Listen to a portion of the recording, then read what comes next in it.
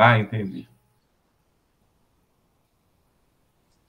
Olá, caros ouvintes, nós estamos recebendo no programa de hoje o professor José Eduardo Vermelho, aqui em nosso programa, nesse programa após eleições municipais 2024. Esta conversa irá ao ar no próximo domingo, agora no dia 13. E é uma honra receber aqui o professor Vermelho, também o vereador reeleito Djalma de São Carlos. Acreditamos que será um bom papo aqui para nós entendermos esse momento da política aqui em nossa região. Também está conosco a Maria Tereza Ramalho. Gente, bem-vindo, Eduardo Vermelho, bem-vindo. Ah, eu agradeço o convite aí, Jader, Maria Tereza e a própria participação do Djalma. Acho que vai dar um bate-papo interessante aí.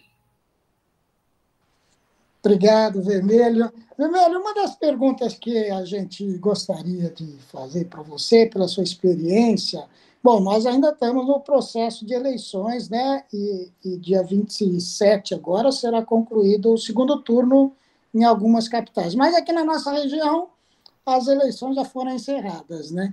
Como você viveu esse momento das eleições municipais aqui em nossa região? Como você estava há uma semana atrás, prestes a participar das eleições municipais? Como você viu esse momento, né, esse processo de eleições aqui na nossa região? Obrigado. Oi, essas eleições, né, eu acho que o Djalma vai poder contribuir bem mais que isso, que ele foi candidato. Eu não participei de candidato, eu não participei de coordenação de campanha. Digamos que eu fiquei numa posição de observador, até de maneira privilegiada, porque você não se envolvendo, você não é muito contaminado pelas emoções que indiscutivelmente acabam entrando no processo, né? Eu acho que as eleições, pelo menos em Araraquara, eu assisti um pouco da TV de São Carlos, porque a IPTV que transmitia o programa de São Carlos, eu acabei assistindo, às vezes, até mais, principalmente as vinhetas, digamos assim, do que do propriamente de Araraquara, né? Então a gente viu um pouquinho. Mas a gente assistiu um desenho onde que, de maneira geral, a população continua bastante desalentada em relação à política, né? Se nós pegarmos em Araraquara, que é o caso que eu vivenciei mais, nós tivemos nesse ano, né, não sei se isso aconteceu em São Carlos, me parece que não, mas esse ano em Araraquara, nas eleições de 2024, nós tivemos um número de eleitores menor do que em 2020, porque tamanha abstenção nas eleições que ocorreram, sem justificativas nas últimas, diminuiu o número de eleitores. Então, nós tivemos um número de eleitores em Araraquara em 2024 menor do que as eleições de 2020. Acho que isso é um dado já que chama bastante atenção e reforça esse caso do desalento da população. E mesmo assim, a abstenção ficou no patamar que eu imaginei até que a abstenção ela foi menor do que a eleição de 2020, mas eu imaginei que ela fosse ser menor ainda, porque cancelou mais de 30 mil títulos, né? Então, eu imaginava que essas eleições tivessem até uma abstenção menor do que ela teve. E a gente percebe ainda que tivemos um número dentro do padrão, que foi em outras cidades, de voto branco e nulo. Então, isso foi uma marca que se manteve nas eleições. E as campanhas eleitorais da cidade, elas obedeceram os esquemas do marketing político, né? A campanha do PT bastante associada no vou fazer, do que já fizemos, né? Do amor à cidade, nenhum debate ideológico colocado. A campanha do Lapena, uma campanha que oscilou bastante, no final se reforçou com a presença de figuras da extrema-direita, inclusive aqui na cidade. E a gente percebeu também o Tarcísio um pouco distante, diferente de São Carlos, que eu vi o Tarcísio presente na campanha do candidato lá vencedor, né, que felizmente bateu o Newton Lima, mas a gente via aqui em Araraquara uma gravação de longe do Tarcísio, não uma entrada mais forte do Tarcísio aqui na cidade. Então, foi isso que me chamou a atenção. Matão é uma cidade que a aliança ampla que o PT fez lá acabou, acho que, dando uma vitória até, de certa forma, tranquila. A questão da Câmara dos Vereadores aqui em Araraquara, acho que chama bastante atenção, que houve renovação nos quadros, não da esquerda, mas mais da centro-direita. porque a maioria que apoiou o Edinho, do PT, reelegeu todo mundo, por exemplo, do PCdoB reelegeu, e elegeu só uma figura nova, uma figura desconhecida na cidade, que usou muito recursos financeiros, a Maria Paula, né, que era uma desconhecida e surpreendeu muita gente aqui em Araraquara, tendo mais de 3 mil votos pelo PT, mas também numa campanha bastante despolitizada, bastante descolada. Então, são algumas observações que eu faço aí nessa primeira pergunta. Em nível nacional e estadual, é repetir o que está todo mundo falando, né? Quem venceu as eleições foi o chamado Centrão, aí, o PSDB, o PSD do Kassab, né? O peso das emendas parlamentares, elas foram bastante substantivas nessas eleições, segundo os levantamentos aí de alguns órgãos de imprensa, né? Isso de fato acontece, né? Tanto é que nós tivemos muita reeleição, onde as emendas PIX e outros tipos de emenda chegaram, isso teve um peso grande. Isso é importante depois a gente comentar um pouco, porque em Araraquara isso não aconteceu. Que o Djalma sabe muito bem aí como é que deve ser a saúde em São Carlos também, mas a Araraquara recebeu 60 milhões para cirurgias eletivas e exames, né? Alta complexidade, médica, toda a área da saúde, né?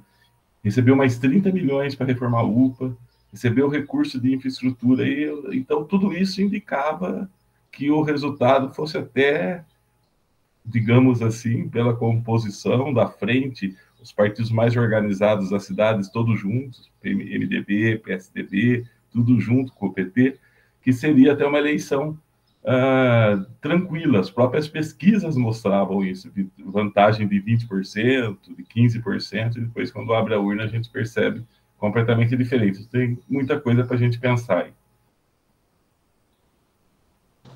Obrigado, Vermelho. Djalma, como foi aí em São Carlos? Você pode fazer para nós um balanço desse processo aí? Obrigado. Opa, com certeza. Boa tarde, Jade, Vermelho. Gente, bom, eleições difíceis, né, na nossa região. O cenário de São Carlos é um pouco diferente do cenário de Araraquara. Aqui, assim, a gente teve uma campanha bastante polarizada. São basicamente dois candidatos concorrendo, né?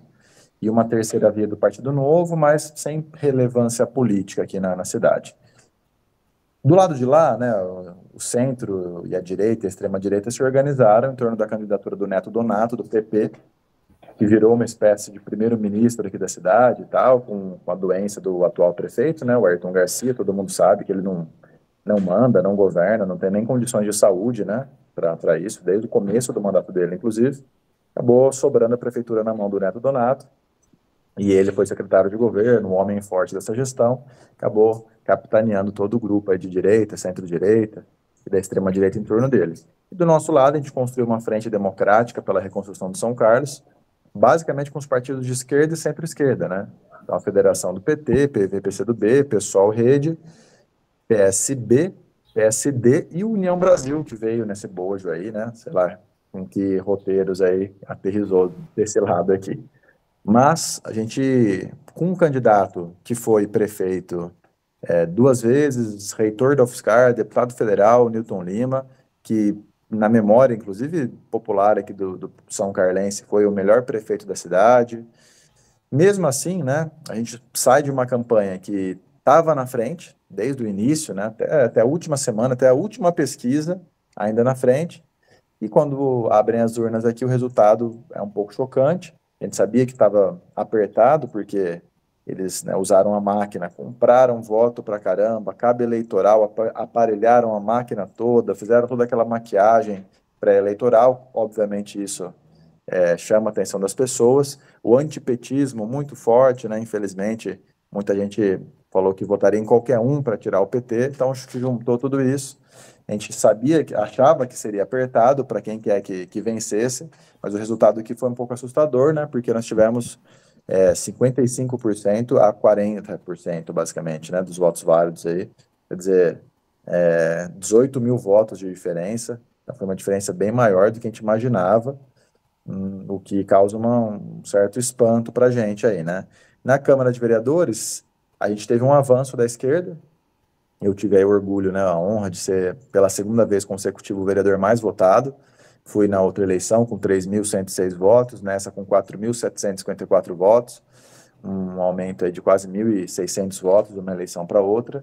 Conseguimos, com essa votação, trazer mais uma companheira do PSOL, né, para a nossa bancada, a professora Fernanda Castellano, que é professora da UFSCar, presidenta da UFSCar, e o PT elege 2 vereadores, tinha um, e o PCdoB traz um. Então a gente passa de 2 para 5 vereadores de esquerda na Câmara. É um avanço ali bacana, né? Ainda uma minoria dentre as 21 cadeiras aí da Câmara Municipal, né? 16 contra 5, mas um salto qualitativo, né? E agora pensando um pouco como vai ser esse próximo período, né? A gente está começando a fazer as reuniões aqui de bancada desse grupo eleito para discutir como que vai ser a nossa atuação na oposição, certamente, organizar a luta para o próximo período.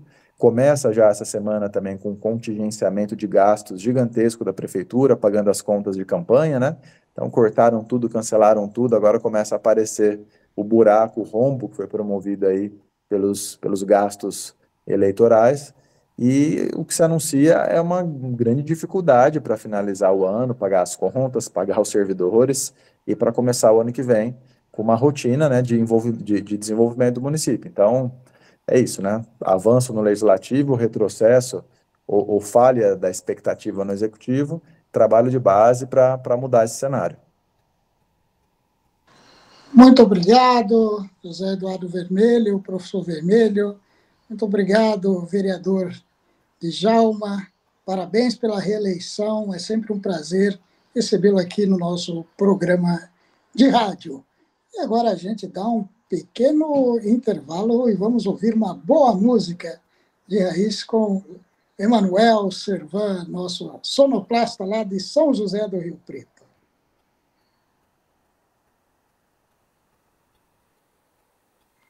Obrigado. A gente faz essa pequena pausa e retomamos agora aqui com o professor José Eduardo Vermelho, o nobre vereador reeleito Djalma, aqui em São Carlos.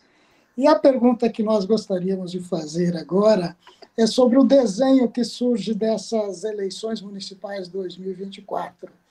E se o retrato aqui da nossa localidade, da nossa região, de 26 municípios e 1 milhão de pessoas, esse retrato partidário com PSD, PL, MDB, levando várias prefeituras, conquistando várias prefeituras aqui, é um retrato que refere também ao que se vê a nível estadual e nacional.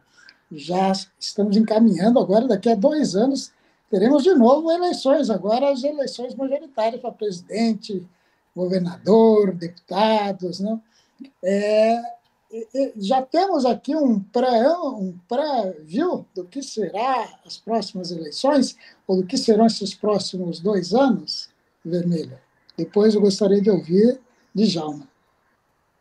Não, é indiscutível que as eleições de 2024 vai depender muito do segundo turno também de São Paulo, de Belo Horizonte e de outras metrópoles aí, para a gente ter uma leitura melhor, mas é indiscutível que a centro-direita venceu as eleições.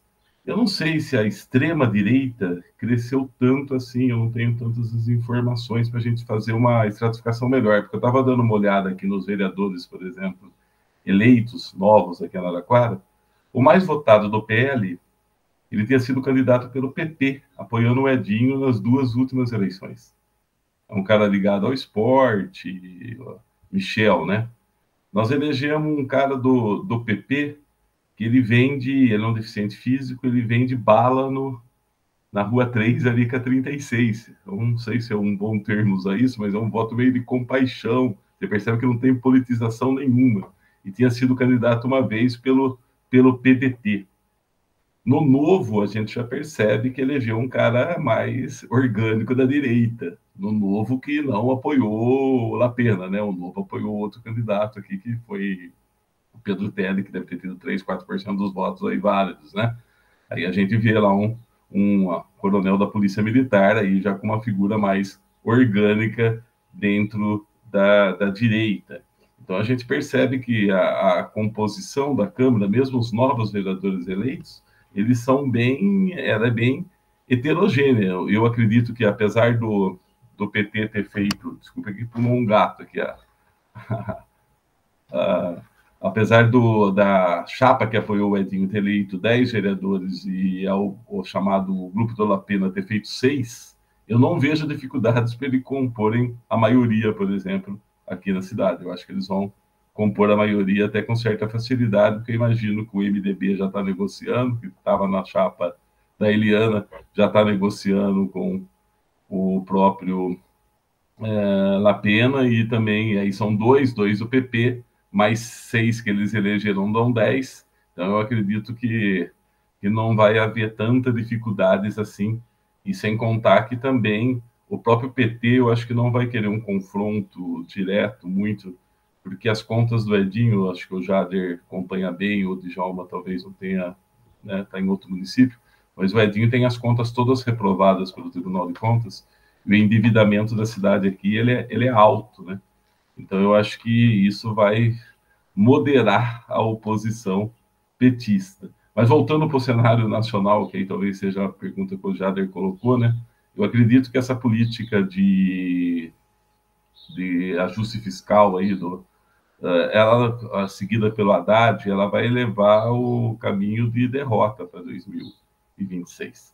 Porque os recursos estão sendo liberados apenas por emenda, e isso tem fortalecido, digamos assim, umas oligarquias políticas locais, regionais, e enfraquecido qualquer processo de organização partidária e político maior. Então, acho que essa política toda aí, infelizmente, nós estamos num cenário onde ou se faz uma mudança, ou se repense esse arcabouço fiscal, ou se constrói uma pauta, não levando a polarização para uma politização da sociedade, ou nós caminhamos com, infelizmente, um avanço maior da direita ainda nas próximas eleições, até por decepções relacionadas ao governo Lula, que vai sofrer toda a crítica que já existe, ideológica, tudo, como o Djalma colocou até bem, do antipetismo que existe em todas as cidades, e aí se gera uma decepção, isso pode ficar ainda pior. Obrigado, Vermelho. Djalma, que leitura você faz do nosso microquadro para um quadro um pouquinho maior do governo do Estado e também das eleições majoritárias daqui a 2 anos? Já dá para fazer essa conta? Pois é, Jader, vou na linha do que o Vermelho trouxe, né?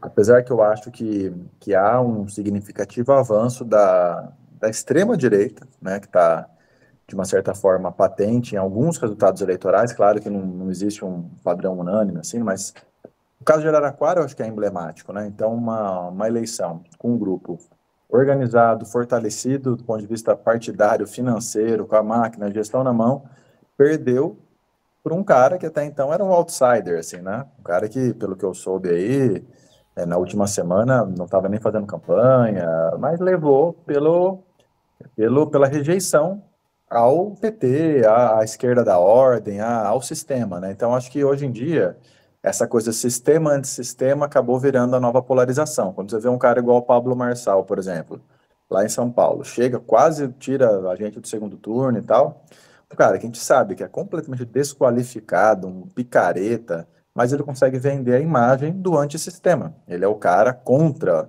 ele é a revolta contra o sistema e tal, perseguido pela grande imprensa, perseguido pelos poderosos e tal.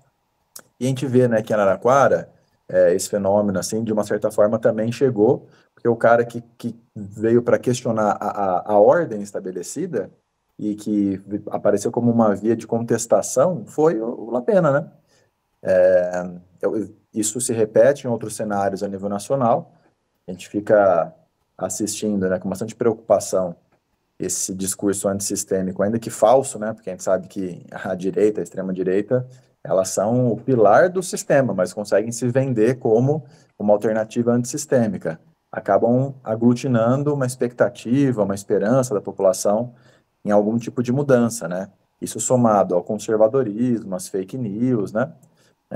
Traz um cenário bastante preocupante. Isso mostra que, apesar da derrota que nós impusemos ao Bolsonaro em 22, o bolsonarismo segue vivo, né? Segue muito vivo, atuante, mobilizando pessoas, e para além da pessoa, né? Essa coisa messiânica do Bolsonaro ou não, é um movimento que não ele prescinde, né, de uma liderança específica, porque o próprio, de novo, né, Pablo Marçal em São Paulo, por exemplo, faz um embate, a própria família Bolsonaro encampa esse lugar de antissistema e arrebata os próprios seguidores do Bolsonaro.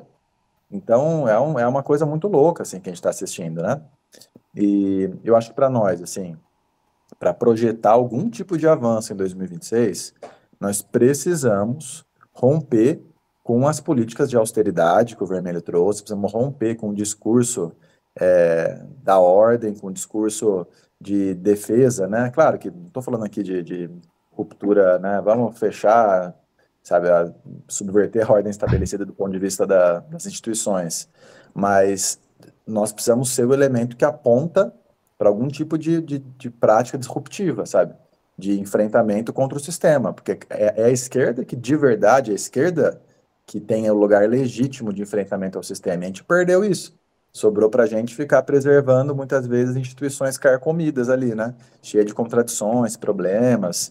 Então, eu acho que passa pela reinvenção do discurso e por uma prática de ocupar esse lugar antissistêmico para a gente conseguir projetar um cenário mais positivo para 2026 e retomar a atenção da população brasileira. Obrigado, Djalma, obrigado, Vermelho. Nós vamos agora passar para a nossa terceira questão. Muito obrigado pela participação e aos nossos ouvintes que estão nos acompanhando aí. Mais uma boa música para fecharmos esse bloco, Emanuel.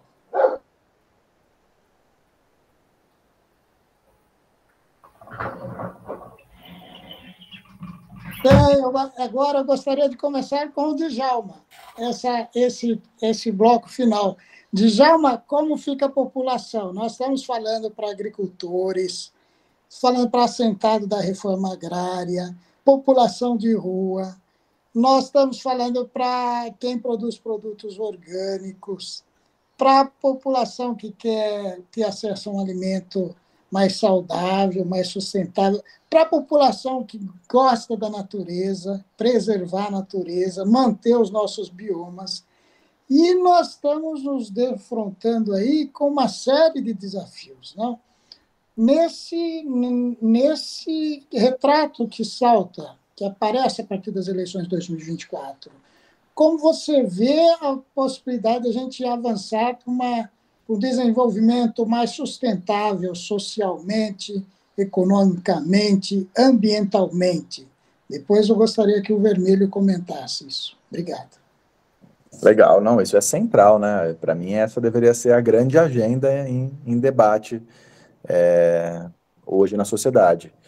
Bom, a gente precisa primeiro entender o papel de indução do Estado nas políticas de desenvolvimento sustentável. Então, como que nós podemos, através da gestão municipal, estadual, da União, promover ações que interessem do ponto de vista da sustentabilidade, do desenvolvimento sustentável e financiar essas ações. Então, por exemplo, nós temos os programas de aquisição de alimentos, o Programa Nacional de Alimentação Escolar, que já prevê uma quantia obrigatória de compra da agricultura familiar como um estímulo financeiro para essa atividade produtiva, justamente para reconhecer a importância desses produtores e valorizar o trabalho deles, né? Temos também um incentivo para a produção orgânica, mas ainda é muito pequeno, né?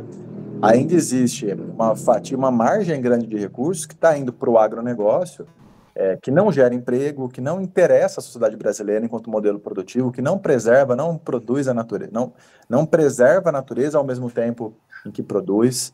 Então, nós precisamos entender o papel do Estado apoiando cada vez mais, comprando mais produtos da agricultura familiar, comprando produtos agroecológicos, tendo fundos, por exemplo, né, uma política, uma coisa que a gente vai propor agora nessa legislatura, né? Já existe uma política nacional de produção orgânica, uma política estadual, né, a PEAPO, política estadual de agroecologia e produção orgânica, precisamos de uma política municipal aqui em São Carlos, de agroecologia e produção orgânica, com incentivo, né, com um fundo oriundo aí de multas, de outros investimentos, para promover ações de educação ambiental, assistência técnica e extensão rural, ter terceiro setor envolvido, a TER, enfim, né, são caminhos para garantir que essas políticas aconteçam. Tem que haver um papel responsável de indução dessas políticas através do Estado e, claro, né, convidar a sociedade. Por exemplo, nós temos aqui em São Carlos uma feira orgânica que acontece há 6 anos na região central e que até hoje não contou com basicamente nenhum incentivo do poder público, para além da cessão do espaço público da praça em que ela acontece,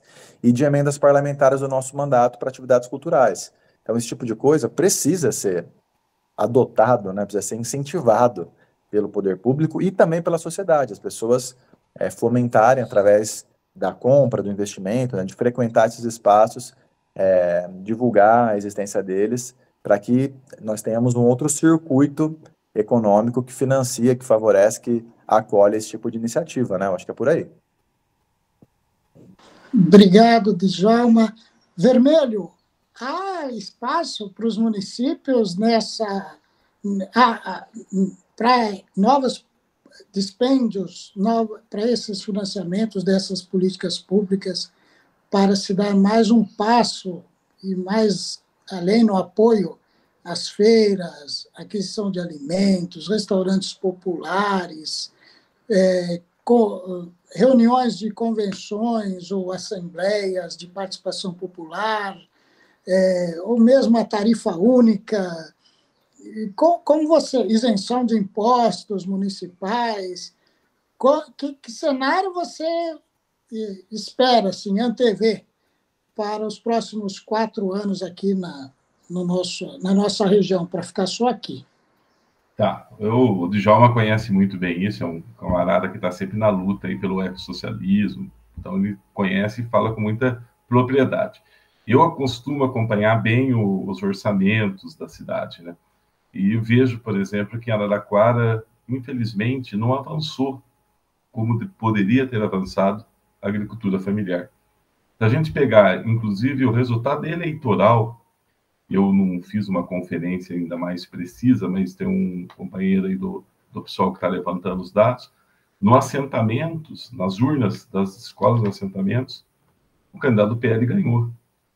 Né? Então, isso a gente não pode ver como natural. E se a gente observar bem, a gente vai perceber que, infelizmente, em Araraquara avançou muito pouco. Você mesmo, Jader, conhece bem a área. Poderia ter avançado muito mais. Quem mais compra alimentos é o Estado. A prefeitura, olha o tamanho da rede, tanto municipal quanto estadual, que tem convênio para merenda, faz a compra aquilo que é obrigatório, que é importante da lei, mas não avança além disso. Poderia avançar muito mais. E a gente percebe que não teve um projeto constituído, apesar de existência de uma coordenadoria, que tenha avançado.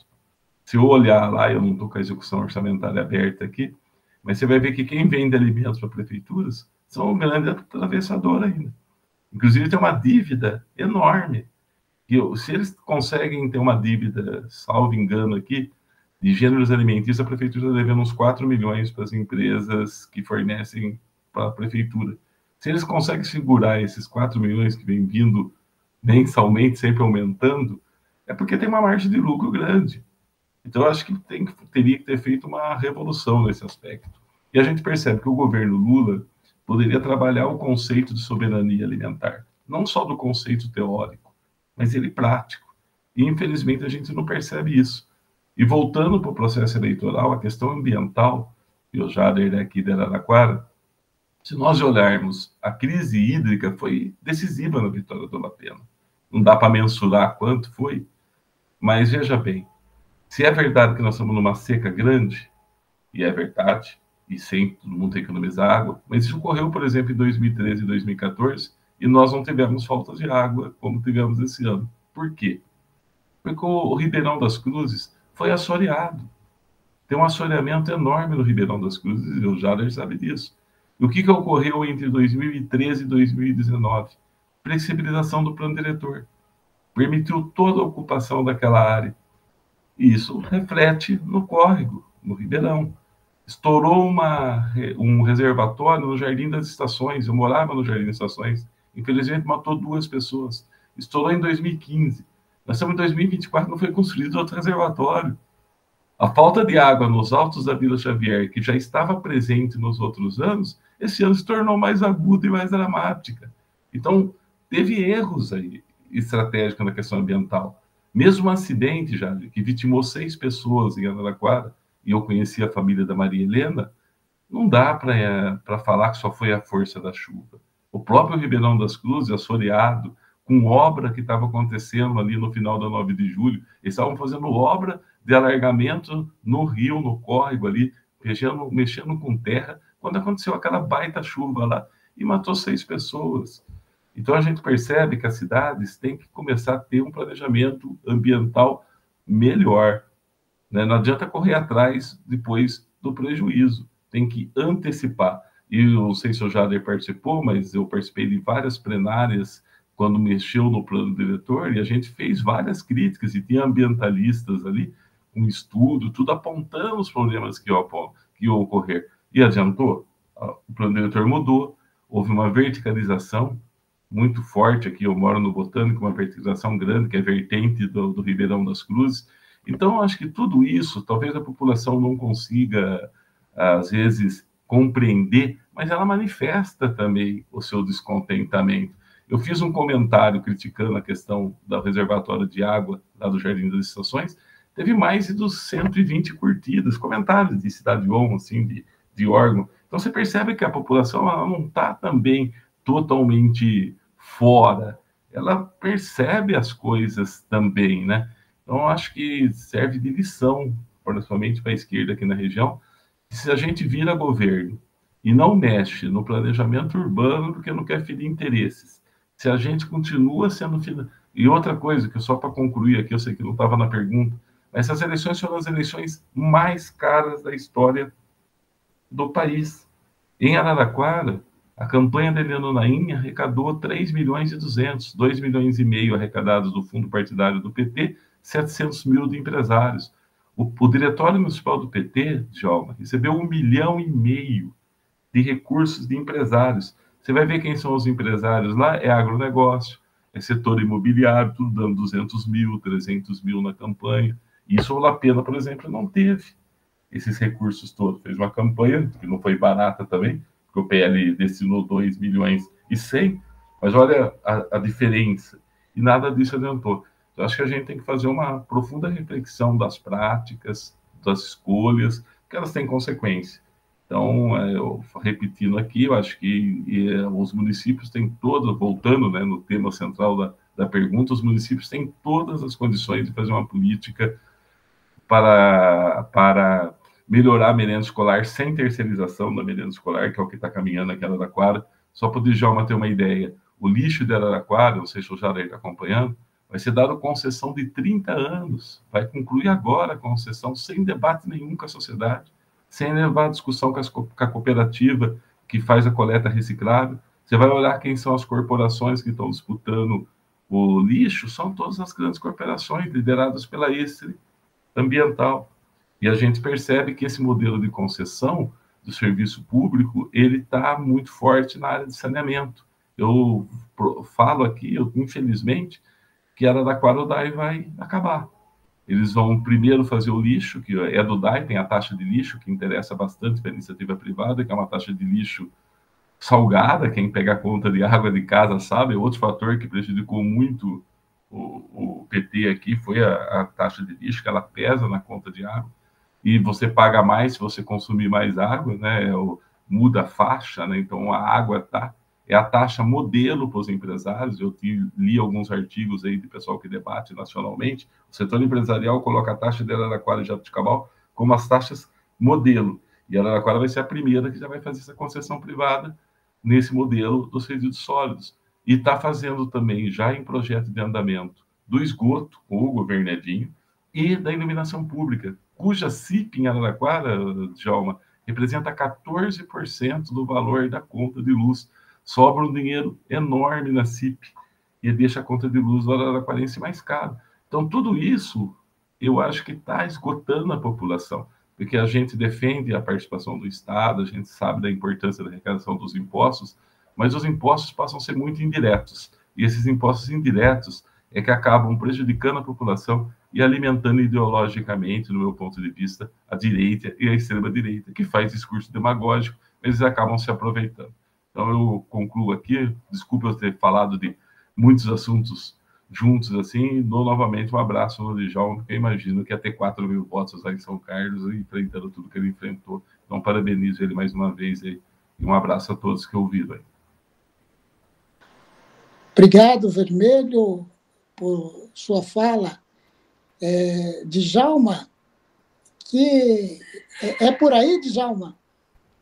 O Vermelho traz aqui para nós uma aula de administração pública, de finanças públicas e um exemplo de como essas questões de vanguardas devem ser debatidas com a sociedade, né? É o caminho da agroecologia também, né, Djalma? Que é um tema de vanguarda. Nós estamos aqui numa região de tecnologia, uma das mais privilegiadas do país, em tecnologia, com administração pública, economia, as ciências todas na área de exatas aqui nesse polo. Você acha que a gente precisaria estressar um pouco mais, trazer mais o conhecimento para a política e para esses debates de forma ampla com a população toda? Não, com certeza. Deveríamos e precisamos, né? Falta muito investimento, atenção do poder público para as práticas de agroecologia. Os orçamentos das secretarias de meio ambiente são irrisórios, né? A gente pega aqui em São Carlos, por exemplo, ele representa 0,3% do orçamento do município. Não sei como está em Araraquara. Não tem nenhum tipo, né, de investimento, de política pública, de especialista. É uma grande lacuna, um hiato, um desperdício, porque nós temos aqui grandes centros de pesquisa. Em São Carlos, nós temos 2 unidades da Embrapa, nós temos a Universidade Federal de São Carlos, a USP, a Unicep, são centros de excelência de produção de pesquisa e conhecimento. Já existem dezenas, né, de centenas de artigos, teses, dissertações, provando o potencial produtivo dos sistemas agroflorestais em termos de produção de alimentos, ao mesmo tempo que preserva e garante biodiversidade, e mesmo assim, o modelo produtivo agrícola que ainda recebe a imensa maioria de incentivos, atenção, política dos gestores, é o modelo da monocultura, do agronegócio, modelo que não interessa do ponto de vista da sustentabilidade. Então, tem espaço, tem gente, sabemos fazer, o que falta é vontade política, investimento, recurso, para ter uma mudança de paradigma mesmo na nossa região. Obrigado, Djalma. Agora, partindo para as considerações finais, eu já, desde mão, já agradeço a participação de vocês e terem essas 2 lideranças de expressão aqui nesse eixo Araraquara-São Carlos. Vermelho, muito obrigado por você ter participado do nosso programa e ter trazido e compartilhado com a gente essas reflexões aqui. Agradeço muito. Obrigado. Eu que agradeço a você e estamos abertos aí para o debate aí. Mais uma vez, parabenizo o Djalma, que está na correria aí, no movimento aí. Um abraço a todos, então. Eu acho que acabei fazendo minha consideração final na minha última fala aí. Obrigado, Maria Tereza. Beleza, pessoal. Muito obrigado pela oportunidade. Valeu, Vermelho. Valeu, Jader. Estamos à disposição. Tem muita coisa para fazer. Conta conosco. Vamos para frente. Obrigado, Djalma. Tereza, quer dar uma palavrinha? Eu gostaria de agradecer aos professores, né, ao professor e ao Djalma que esteve conosco aqui. Muitíssimo obrigado. Obrigado, Tereza. Valeu, um abraço. Obrigado, um abraço, Vermelho. Muito importante sua participação. Igualmente ao vereador Djalma e nossos parabéns aí pela reeleição. Forte abraço a todos, até o próximo programa. Um abraço. Até mais, obrigado. Valeu, tchau. Obrigado. Até mais, tchau.